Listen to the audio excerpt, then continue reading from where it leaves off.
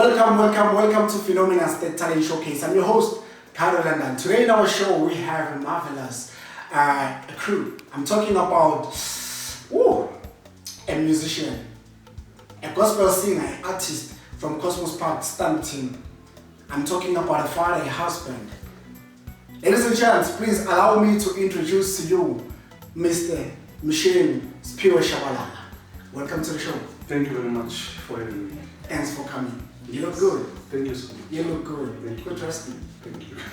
Grace and mercy. Grace and mercy. Grace and mercy. I see a point. And on my left hand side, we have Idimoni Lenkondle. Welcome to the show, brothers. Nemnadi gents. Sibonga ukuthi gents. Yeah. Idimoni Lenkondle. Why Idimoni Lenkondle? No, ukuthi lento lena kahle singathi yabo the first time sense reaction yabantu yabo like bahlanya kakhulu ngathi ba possessed, so sabona ukuthi lenkondlo le ngathi yiye le demon. Every time abayizwa ba act differently yabo. Aba act normal. So ngacabanga ukuthi mhlawumbe le demon lila kule nkondlo. No, akusiyithi esinye. Demon le nkondlo.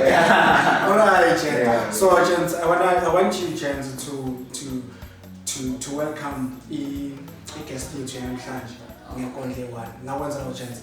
Singani. Usho wenza. Mina ngithemba nini gents. Whenever you're ready. Yazukuwa kwenu kuvuka kwenye ngiyakufakazela. Abanye bathi lockdown ibibaqindezela mina bengisebenzela lenkondlo yamfakazela. Uthi umama yena ukhale singasoze zaphela ngoba lockdown iyaphela kanti yena bemsebenzela phela bewavaliwe lamabhodlela amenza lale ngesibhakela. Uthi umama ubeseyindoda ngempela nolaka seliphela neholo seliphelela phela bewavaliwe lamabhodlela kanti nale pineapple imphathisa isilungulela. Yazukuwa kwenu kuvuka kwenye ngiyakufakazela. Phela thina ekhaya bese sizijabulela. Ubaba bese kasihlonipha esinakekela. Yazukuwa kwenu kuvuka kwenye ngiyakufakazela. Abanye bathi lockdown ibibaqindezela mina bengisebenzela lenkondlo yamfakazela. Sonke lockdown sifisa ngathi ngaphela ngoba siyaphela kodwa cha. Thina lockdown ekhaya iyasebenzela. Izinto zihamba ngendlela. Ubaba kalithole lebhodlela ngamane kubili igedlela. Sekuphelile ukufika ekhaya lokho esibhodlela. Every Sunday besisimlanda esibhedlela ngenxa yamabhodlela. Phela noma besefile ukufika isibhakela. Ubaba bevuke ethi uyosiphandela ebuya phetha amakhandlela nohafu isinkwa nawo uqale ngendlela. Yazukuwa kwenye kuvuka kwenye ngiyakufakazela. Abanye bathi lockdown ibibaqindezela mina bengisebenzela lenkondlo yamfakazela. Wow. You heard it from yourself, from Idimoni Lenkondle. Gents, siyabonga.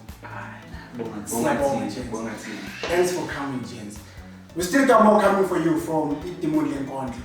Now we focus on my right hand side. Sphethe ubaba Spiro Shabalala Michelle with his new album, his promises, izithembiso zenkosi. Baba Spiro. Yes. Alright. Right. Yeah. Yeah. Sicela usitshele uqale nini ukucula? Yeah, ukucula cishe ngiqale ngo-1985. 1985. 1985. Wow. Okay. Before siya lapho, ngicela siqale la. For the sake yale family yakho Extension 5, Extension 4, Extension 6. Othi mina masikhuluma ngoba Spiro angazi sikhuluma ngani personal. Ngazi nje album yakhe ingoma zakhe nokuthi SOS namanje. But masikhuluma ngawo personal. Sikhuluma ngobani? Makhuluma ngobaba uSphiwe, ngikhuluma okay, ngathi mhlawumbe i-artist ecula ishumela i-gospel through music. Okay. Yes. So umntwana kaNkulunkulu usindisiwe umthanda kakhulu uNkulunkulu ngoba enguculayo engukuphilayo. Yes. You practice what you preach. Yes. Alright. So Baba Spiro ukhulele kuphi? Ngokuzala khona eSandton. Ukhulela la ekhaya kumbaba bayangazi abantu eSandton. Bayangazi kakhulu. Ngakho indawo lokushini. Yes, hayi uyaziwa nje. Elos. Elos. Yes, ngila ukhulela khona. La khona Elos. Primary from the book. Primary Alehlomisa, Hlabisa. yes, Senior Emadi, secondary. Okay. Then from Emadi, I was putting on Marvels, then Elfman Cassette. Alright. It's a works. Okay. Okay. So abantu abaningi abasiphiwe they start singing and the futhi sesitshela ukuthi siyakwazi masipheka or masigeza noma masigeza izitsha ila sicula khona sihlabelela kamnandi ucale nini ukurealize ukuthi no mina nginayo voice ngiyakwazi ukuyenza lapho ngiyafuna ukuyenza lento and ngizoyenza lento khona sisiwami sisilindile sisiwami somdala sekhaya wayethanda ukudlala nje music endlini so you listen and you sing then ngemva kwalokho kwasho ukuthi umuntu uzosindiswa abesenkonzweni Sunday school. Okay. In Sunday school sasifundiswa ukucula khona amantombazane sasicula Sunday school so la ngakurealize khona ukuthi so iyayikhona lona ngiyawuthanda into engiyithanda so uqala ukucula ku Sunday school. Sunday school yes ngicula ku Sunday school Okay. 1980. Like Sunday school mhlambe ngaba kodwa ukucula ke professional Yeah. was 1985 Okay. Sunday school. yes. And then bawulile ku Sunday school. Sunday school part of the group Okay. yeah really quite a leader but I'm back in 10 yeah. Okay. Okay. And then uqala nini ukucula ku SOS? That was 1985 year 1985. 1985 What is SOS? Kulabantu abangayazi. SOS is basically iqembu elibisound of salvation kusho ukuthi kwathi kune-PTP esitande sona then ubaba uGumbu waba nombono wokusungula le qembu ngoba la selibakhona iqembu lapha Sound of Salvation inina ngendlela kwakungayo ukuphithizela ukulawana kwenziwa yonke into Sound of Salvation from that situation as esibhekile so kwaba nevangeli abantu bakhona basindiswa sasindiswa nathi so that was Sound of Salvation. So in salvation, it means that uNkulunkulu has answered our prayers because it was not nice. Bulawana kwenziwa yonke into kodwa ukusindiswa kwabantu ukusindiswa kweyouth babuyela kuNkulunkulu that was the Sound of Salvation for years. Nalikhuluma izwi lezwakala. Kwashunayela kwenziwa yonke into abantu kwakhanya inhle nabantu nomphakathi wabona ukuthi khona insindiso abantwana abancane at that time Mensaseyouth. very And then i-album yenu yokuqala ne-record usayikhumbula? yes. Bekuyini igama layo? Kusho ukuthi uhamba mzalwane. Hamba Mzalwane. Yes. Kusho ukuthi iSOS yehlukene igaba ezintathu. Okay. To 4. Because kwakhona lesa part 1 laba ba-record Hamba Mzalwane. Because bese combine group. Okay. Where we source artists from the group within SOS. Okay. Kodwa the first album SOS Hamba Mzalwane. Hamba Mzalwane. Hamba Mzalwane. Yes. Bophakathi kwayo le. Bengakabi khona but bengicula bathi combine choir. Okay. It's the Narangeni SOS. And then waqala nini ukurealize ukuthi no manje sengifuna ukuba i-solo artist? Kuyeso ngathi is another third album SOS khona ingoma engangilokhuza ngangidla kuyo. Okay. Then third album ngasengidlila ingoma ethi SOS. Yes. And then ukwazi ukuthi wena manje ne-voice. Ngase ngiyabona ukuthi akusikhona lento uNkulunkulu Yeah. ekhomibekile then Yeah. asengithi vuthela lesiphiwo esiphakathi kwami. Yeah. Then I had to ngicala everything I did to make a mark and preach the gospel. So as you preach the gospel as a solo artist, Yes. so perform kuphi? Ngike ngaperforma locally. Khona bangicela khona perform eholweni. Ngaperforma eMelo. Okay. Yes. Then kwasobala lockdown ngoba lokhuza sesifaka lockdown. Yeah. So i-lockdown ikuphethe kanjani as an artist? Lockdown as an artist, well, ngasho ngoba phela kunama-sales quiet, then you have to comply. Yeah. Because you could have used them online. Yeah. Yes. But so far I'm happy because it's something new. It's a new project. I know which I will just restart and proceed. Yeah. So as a solo artist, unama-album ayingaki so far? So far, this is my first album. Your first album? First album. So you mean your first album? First album. igama layo Promises. Promises. Izithembiso zenkosi. Yes. Why izithembiso zenkosi kule album? Ngamanye amagama singabatala bakaNkulunkulu sikholela ezwini laNkulunkulu. uNkulunkulu kunezinto asithembise zona ezwini lakhe. Masama noma sithemba lo uNkulunkulu asithembise zona. Lithi iBhayibheli ithethi zikaNkulunkulu zero yes zero amen. Ngokho nakanjani zizofezana. So kumele sami siphile sazi ukuthi promises of God will never fail us no matter what. Just sing ezwini laNkulunkulu. Yes, no matter what. Yithe uNkulunkulu uthi akayena umuntu uqamba amanga. Ngakho uNkulunkulu wakusho it's amen. Kunjani. It will come to pass. So besihlala ithembisweni laNkulunkulu.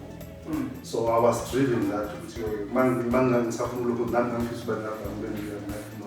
uNkulunkulu promised me that one day I will have my own life. So that was fulfilled. The promise was fulfilled. Njengoba nomhlanje nazo usiphethe ngesandla. Amen. Amen. So Baba Spirit, ukuperforma kwakho kuma concert emahholweni eML ukubooste kanjani confidence wena as an artist? Now ngicula negroup SOS. So now as an individual experience entsha at the same time boost now I can express myself in ministry because this is a ministry. I see your performance. We are minister now telling people about God. People they should also babona uNkulunkulu futhi bazi ukuthi uNkulunkulu yini before ukuthi wena uzoba something more. So the kwenza ukuthi whatever bakubonayo what I preach practice so that they will know amandla kaNkulunkulu through me. Because we believe that music is life. Yes. You can't know what mina ngicula music but usiyezwa ayina message. Exactly. Because music mele ibe message. Yes. So uyaphila. Yes. Track number 1. Yes. Yini ngiyenza ukuthi uyaphila abo track number 1. Kule album. Kulesikhathi la khona abantu uthola mhlawumbe umuntu usinsini abana stages izothi kodwa manje uyaphila kimi. I'm a testimony, living testimony. Uyaphila kimi. Ngoba abantu bakholwa ukuthi akekho umuntu owamukela uJesu asaphila emhlabeni. But uyaphila kimi, I can testify. Akaphila nakuwe even though abanye bangazi kodwa kimi uyaphila. Just preaching that gospel. Uyaphila kimi. And mina mangihamba ngibona wena ngibona uNkulunkulu kuwo sengiyabona ukuthi uyaphila uNkulunkulu nakanjani kumele ngihambise kwaKristu ngoba as followers of Christ iBhayibheli bahambise kwaKristu ngoba mama bangihamba kumele babone uKristu kimi. Yes. So yinto kuyenza ukuthi uyenze le album His Promises because I can say amanye ama artists bayenza music just to get paid bawondle emakhaya and then abanye bayenza lento because kuwubizo. Abanye bayenza lento because bafuna i-attention or they just want to be famous. Yeah, in this instance is la we are preaching the gospel. That's true.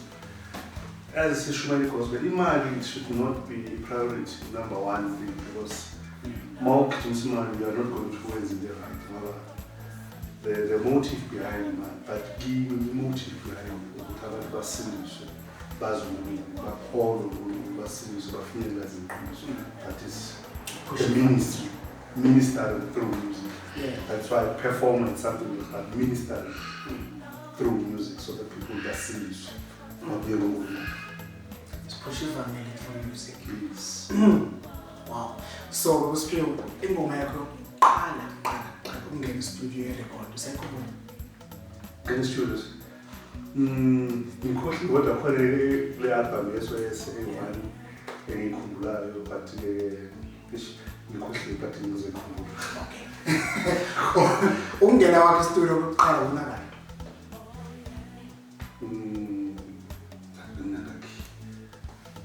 Mhlawumbe 23 ngaba kanjalo. So wahamba neSOS wayestudio Yes. warecord Yes. wabuye. Yes. Isithi lapho loliphethe ulibona sebani qala. Umama. Yeah. The family. Then ubani omhlangeleyo le album leyo. Le album leyo. I think umuntu oqala nje le album ufike ngadlala ekhaya family phela. Like imood ngobuye like ubuye studio. Uyangena endlini uphethe uyabuya manje khali ufile. into engakholakala ukuthi could hear yourself sing into engajwayelekanga mhlawumbe kuma-radio station ukuthi this is you. So it's an amazing experience.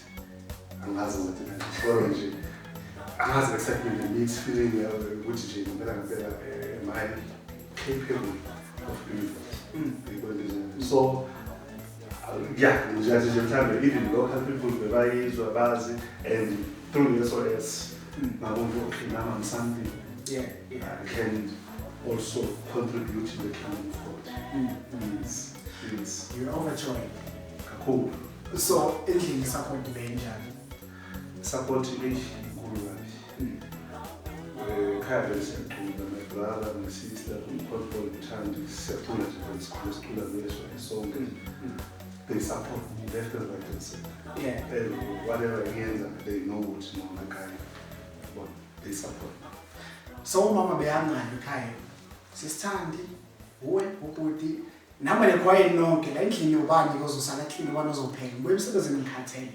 Cabanga ke leso situation leso sonke sihamba kusamuntu. Because umama sike ukuthi ke mangabe bebenza lokho benze uNkulunkulu is the right path, in the right for the glory of God. Ngoba ku right ukuthi ukhulisela abantu abakhe enkosini. Kuthi mase bakhulile bahambe endlela right.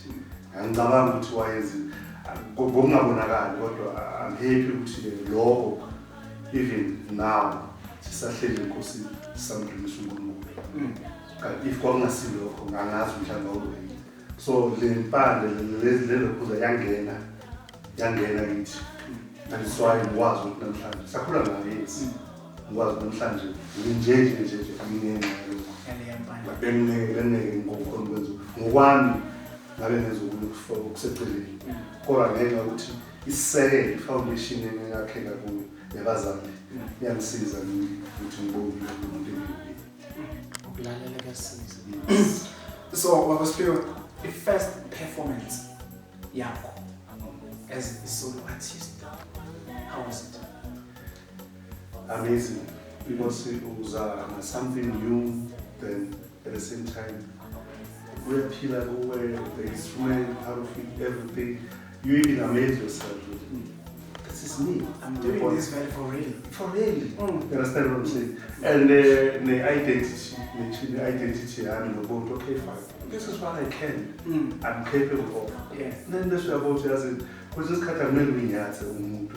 Ukuthi landela impassion yakho lokuthanda lokusetshenziswa yakho don't give up yenza sure ukuthi uyakwenza at the end of the day uNkulunkulu will amaze you because it's not by power by might but it's by the spirit of the Lord because we are led by the spirit and you're so dedicated in what you do. Exactly uNkulunkulu will guide you in the appropriate in the right way and then you won't go wrong because this thing is inspired by the spirit of God who lives in me. This one you're processing. I respond kanjani first performance yakho. I respond very positive, very happy. Yeah. No shame. Yeah. Others they know, others bias. Don't learn about special the first time they do. So, Baba, one of my man, to me, who do the talent? Why? They even ask me why Bonga Tuso gets cut. But yeah, I used to tell them God's time is the best time. Yeah. Because more preparation, you must go through certain stages until very. Yeah. So I had to be prepared in order to be able to live. So many preparation, I know climbing is never too late with God, but God's time is the best time. Yes. So before uNkulunkulu afeza ithembiso zakhe, before ungena ku music, ubhizi nayo.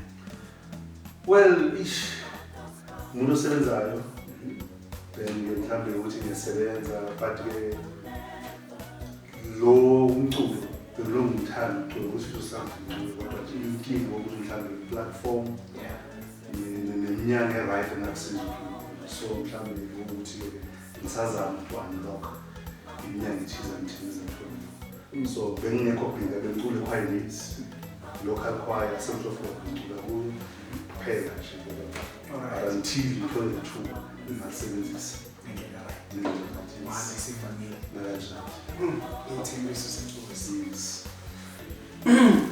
It consists of 10 tracks.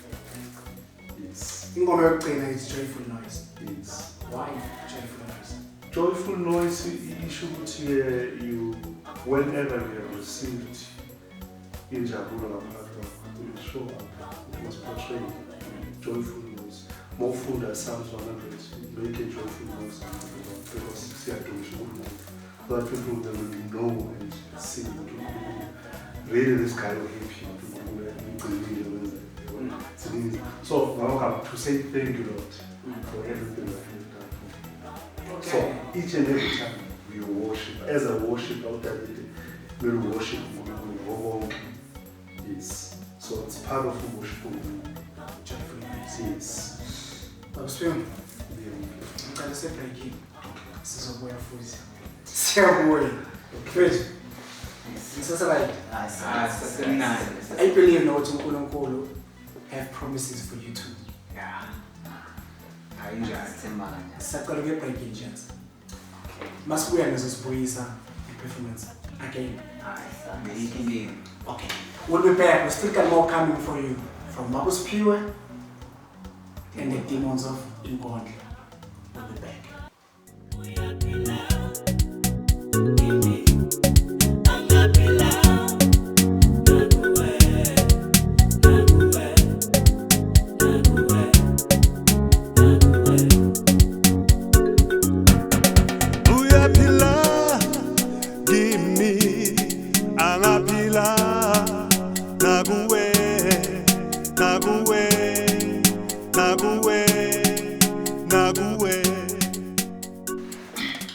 Ngithola umlayezo uma kupro ukuthi bantu abasha vulanisekele ningilalele nginhlebele lalela lana wendodakazi nawendodana mfana ntombazana omdala nomncanyana lalela lana mina ngikwazi ukukhuzana nalandelana nabulalana nyamitha namithisana ngithola umlayezo uma kupro ukuthi bantu abasha vulanisekele ningilalele nginhlebele we are a perfect family. Idimoni enkondlo igama leskim sami sile generation engenasidingo sokukhumbula ekhaya. Sesithob la soxelela inyanyani ngotatakho ngoba selimathunzi kusasa lakho la ku-hectic 99. Usho nje? Yeah. Ngicabanga ukwenzela ile queen isithembiso ngibagcwalisela isibaya ziningi inkomo ekhaya phela mina ngifuna usando nesithembu. Nami ngifuna ukwenza njalo umtshali imbewu la lemsithi sokhona ukuphila in days of our lives. Phela is now or never abantu daily bayathetha ingakho ngifuna ukuhlala TV land.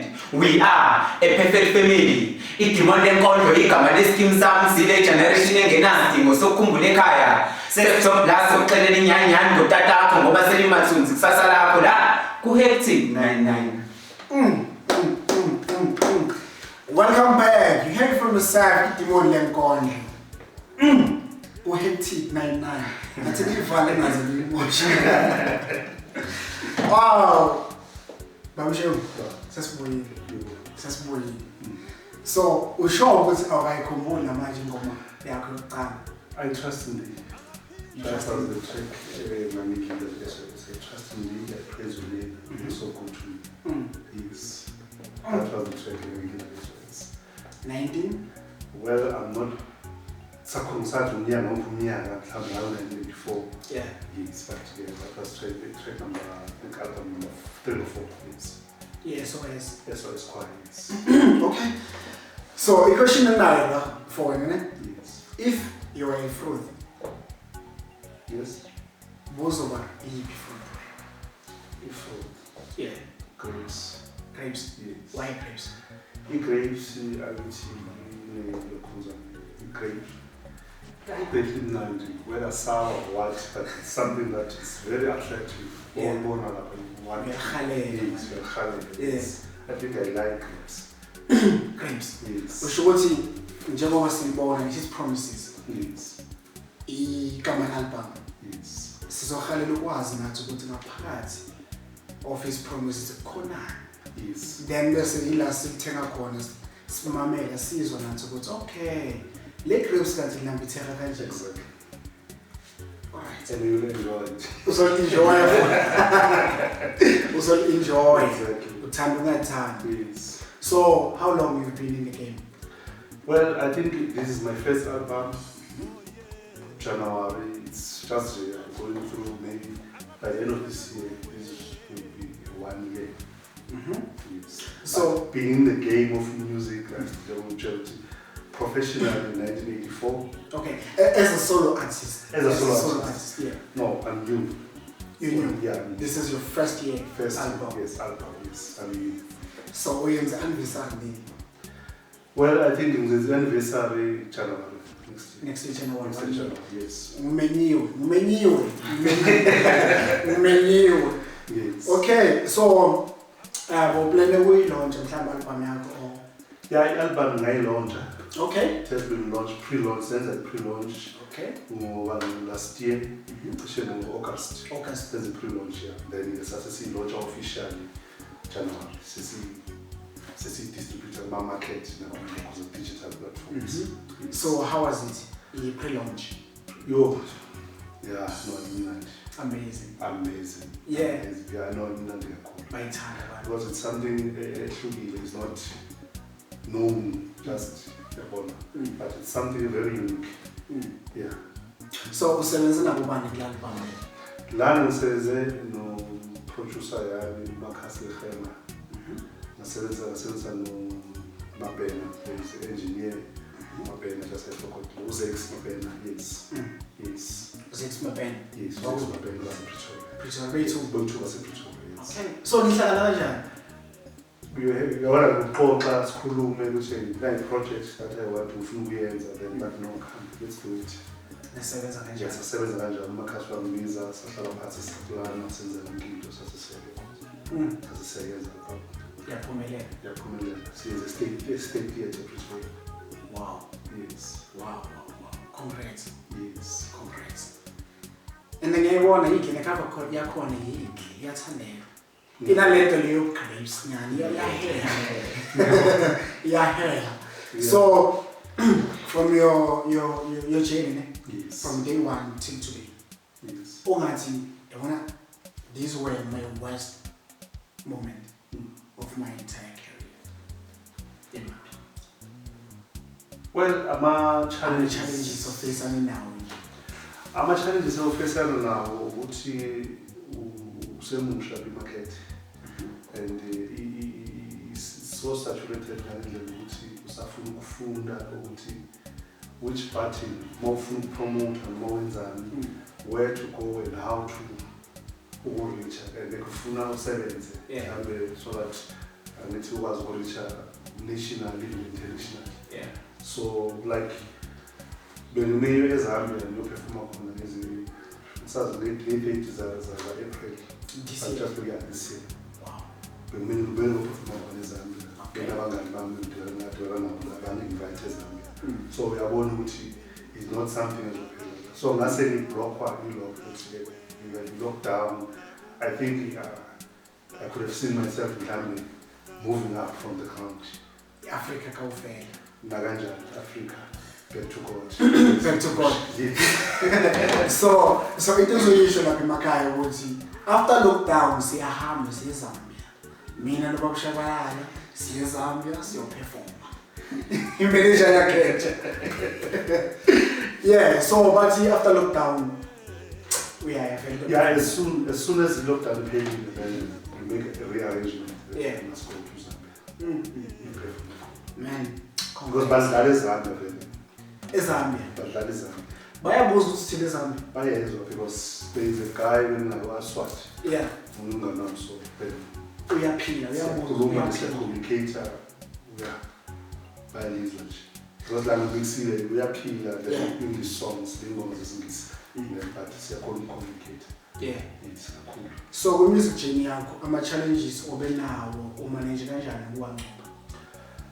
Kufuna kakhulu ubekezele and njengoba ngisho nje ungajahi ukuthi uzofika kwisibini isikhathi esincane. Manje I'm ukuthi mhlawumbe kodwa ngibona ukuthi mina ngisebenza kanzima ukuze ngachieve ukufuna kanzi. Yeah. Early ukuthi mhlawumbe ngathi uyabona kodwa ke ngifuna ukuthi ngi-investe then bese ngisebenza kanzima ukuthi the ministry uNkulunkulu anginikeze yona ikwazi ukuthi isize abantu abaningi especially youth.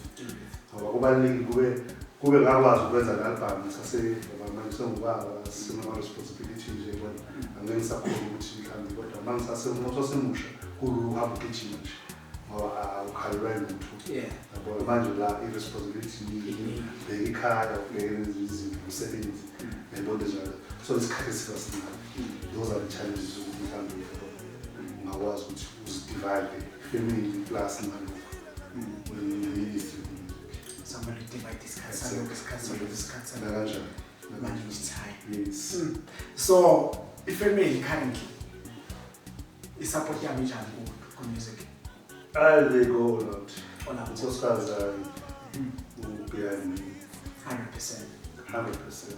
Mm. 100%. So, manje ngithi kumele sihambe phela after lockdown siyoperform ezami. Yes. So, uyasala.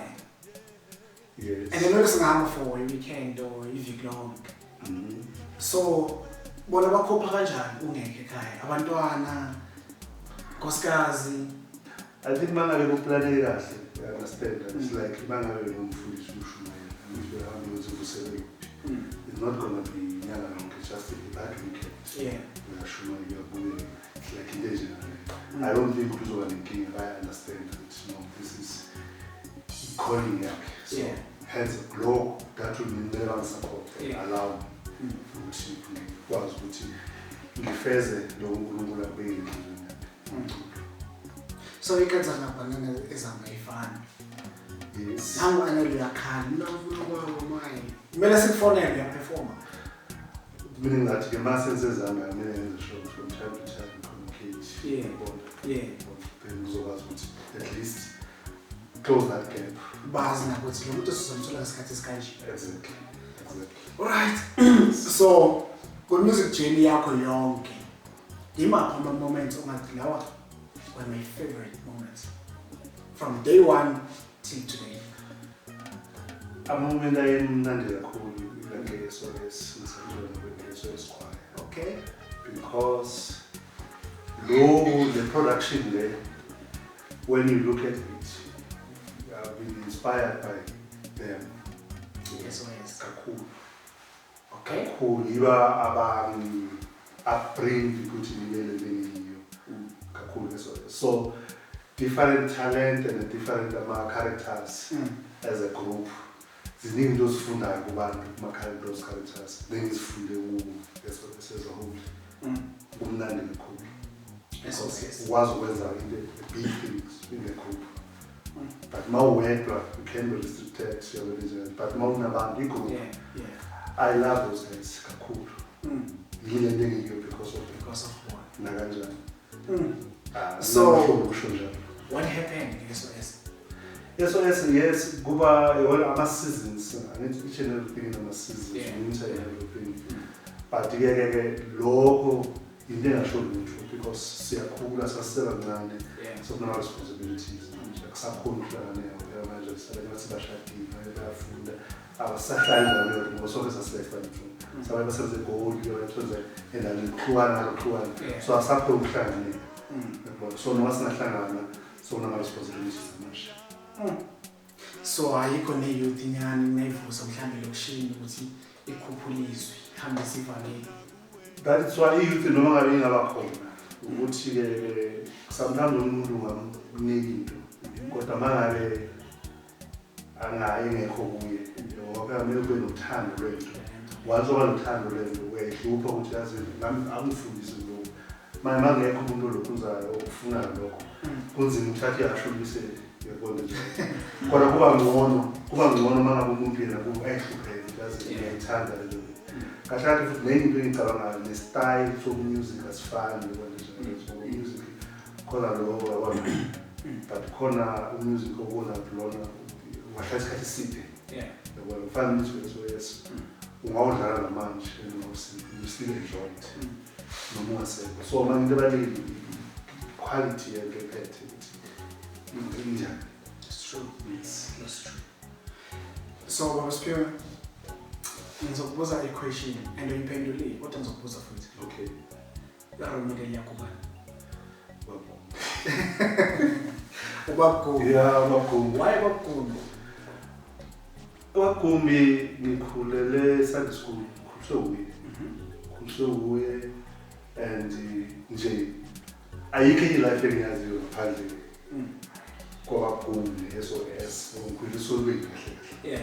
Umuntu that I was looking upon as a father figure, as a person that I appreciate her and everything is does yes. Dr. SD. Dr. SD. Yeah. So Baba Spio, manje, should we expect the album elandelayo or a single or an EP or usapusha yona album? I think kulo nyaka cishe next year ngizoqala prepare ibhizinisi noma lokhu singles and stuff, but ngifuna a full album. Okay. Next year I think second album will record. Just that I need to make arrangements and stuff. Yeah. So singalindele ingoma ezingaki ku second album? 10 tracks. 10 tracks. 10 tracks, yes. So uzosebenza nabobani? I will go back to Makasi. No Lokunza, no Zex. Yeah. I don't know what we can do artist, yes, now features, yes, but I don't know what Wamanje because I call her like my band vocalist. I'm an artist I know from but got to do it will depend what is it that master structure that it's an impact on for the second album. Okay. But this one I promise you. No, not 10. This one so igama leyo second album so ucabangile? Not yet. Okay. Like now the Promises. Promises is another track. Kubenzima, Kuyaphila, Promises. Yeah. Those are two different tracks. Kunzima determine. Yes. Zimnandi zingoma zonke zina. Yeah, we are saying. Ayikho ekhethelekile. Zimnandi. When Promises iyodwa nje na Yeah. uyaphila. Yeah. The next tracks. So ngoba ngathi khetha A1 ozoyiperforma namhlanje. Ungakhetha yiphi kuyaphila. Ngaphakathi kwami. Yes, uyaphila kimi. Yeah. Angaphila nakuwe. Uyisimanga. Yes, then uyingcwele because uyingcwele yabo. Yeah. That's why we wish. Well, ivoice ikhona. Ngami nayo just. Ngami nayo. That's all. Yangusisa. Yeah. Yangusisa. Ngcwele yabo nje. Mina umuntu challenge just. Ngifaka challenge. Ngifaka challenge. Okay, you go first. Ngwele. You go first. Uyingcwele. Uyingcwele. Ufanelwe. The problem now I'm not paid vocalist here. Yeah. That's why you need to do that. Okay. Asakayilwelile nje. Ngiyamyeka. So, i-album yakho siyithola kuphi? Album yami ngithola digital uyayidownloada kwi-digital platform. Okay. The challenge now ngama-CD copies ayatholakala some stores like Musica. Yeah, Musica. Okay. Yeah, we Musica. Like Cape Town, nezinto bathi khona. Okay. Ngiyithola but ke wakwazi ukuthola futhi ku YouTube. All right. Naku WhatsApp. Nama digital Platforms. Yeah. All right. Yes. Please download and share the word of God. Yes. Please let us promote a local talent. Now, Spirit, yakhala producer yami ithi hayi isikhathi sishayile kodwa le ngizoyenza le. Okay. Le ngizoyenza le. So ngiyacabanga kunabantu lokushini ababukelela kubo abathi one day we want to be like you. Yes. What can you say to motivate le youth le if ufanele one day sifuna ukupush izwe lenkosi through music? Yes. Into ebalulekile mangabe uzophusha izwe lenkosi through music kumele insindiso yazana noNkulunkulu so that masomazi uzokwazi uma upreacher naye khuluma ngomuntu omaziyo. So salvation is number 1. Amagama kumele usindiswe uzokwazi ukuthi into eculayo kube yinto omunye umuntu azoyazi ukuthi hayi lento eculayo vele iphila ngayo. Ngoba manje mawuzocula waba wenza imali it's something else.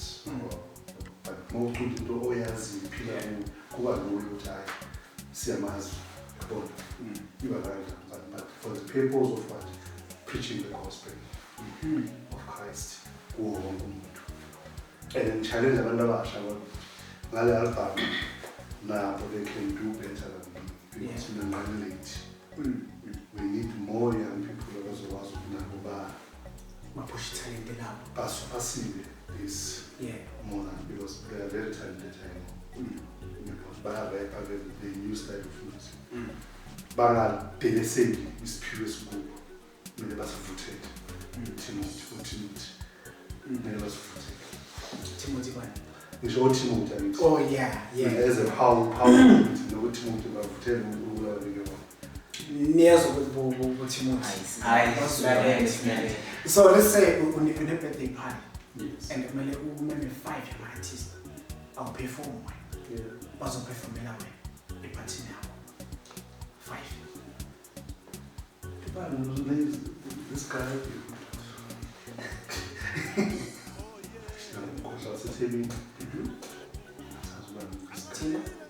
Tina Zoom.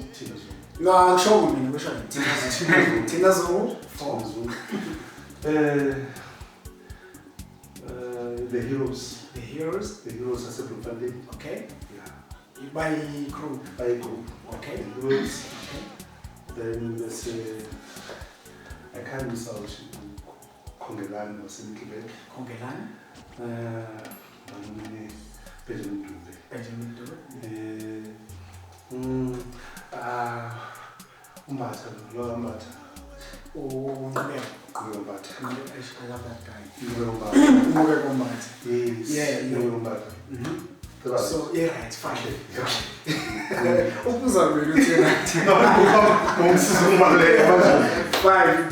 So, go in future. Singakubona mhlawumbe usebenza nabo mhlawumbe ungathanda ukusebenza nabo. Kakhulu ngathanda ukusebenza nabo. Komizwe lenkosi. Kakhulu. Ngisafunda ningi esamengizifunda. Ngibheke njengoba ngisaqala lapha. Ziningi izinto esingayishare ne-information nezinto ezintsha. Yes. Really. I'm still a baby. In music industry, as a solo artist. Yes, as a solo artist. Yeah. So we need a collaboration with an artist. Then push it. Because cool. Yeah. Yes. So Baba Spirit, for my friends who are going to about social platforms. My page, Mshemu. Facebook page. Okay. Mshemu. Also a Facebook page, they can contact me. Then win number, there is a number in for my assistant. 083 436. Then no, it's 083 8877 341. Can you pin the footing? It's 083 8877 341. Okay. Or you can call me directly. It's 07322 33671. 07322 33671. Okay. Maybe you can use those contacts. Email address is mshengu@sidwabaholdings.co.za. Okay. Yes. Ngamthola nepersonal uyibekile zakhe. Kodwa ushadile. Yes. So Marine, copy 100 rand. 100 copies. And none. Copy. Ithengisile. Kakhulu. 2,000 copies. So far. So far from January up to now, 2,000 copies has been sold. Wow. Has been sold, yes. His promises. Promises. I guess and amen. Amen. Thanks for joining us on the show. Thank you so much for your time. Thank you so for the opportunity. Thank you so much. So what can you say you to present a youth as a standard? Believe in yourself. Yeah. What God has installed in you. What they say, what they parts.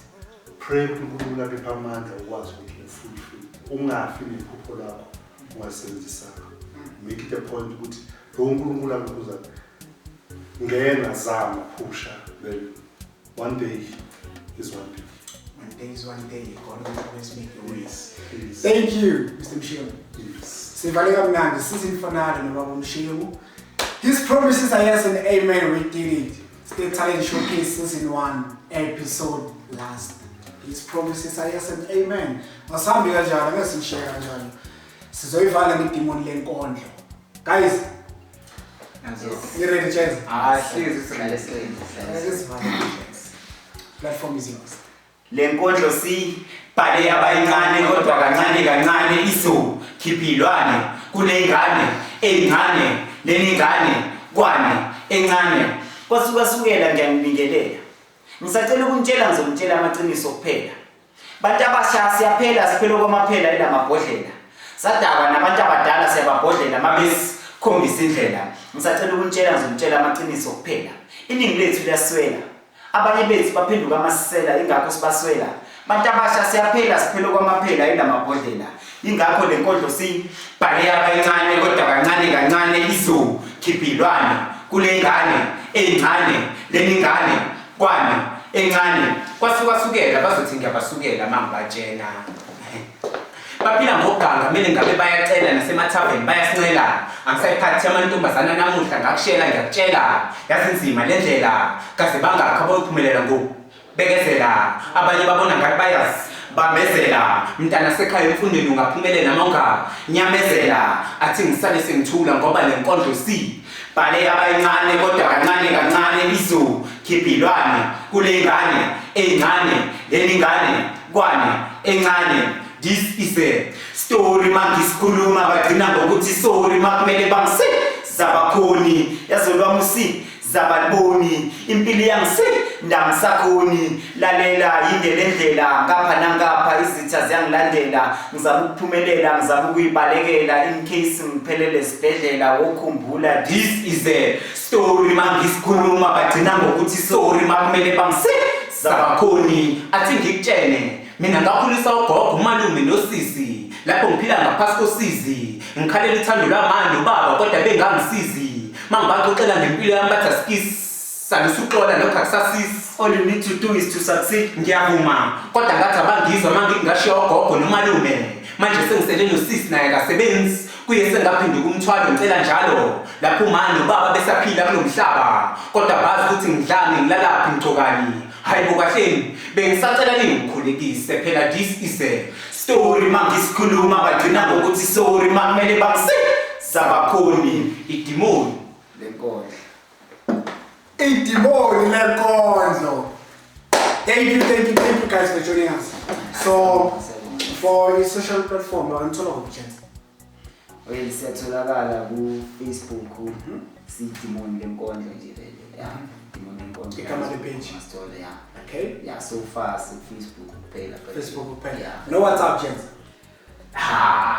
no WhatsApp Jens WhatsApp ngamtholakala lo mthita WhatsApp but personal number yabo so wena mawufuna kahle kahle Dimoni exact direct uzosithola Facebook there impuka ku Facebook page yes uzozwela ngithi idimoni lenkondlo page they are from here Standerton.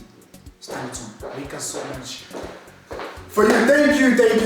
Thank you so much, Standerton. This was our last episode for season 1. I'm Carol London. I'm out of here. Bye, Standerton.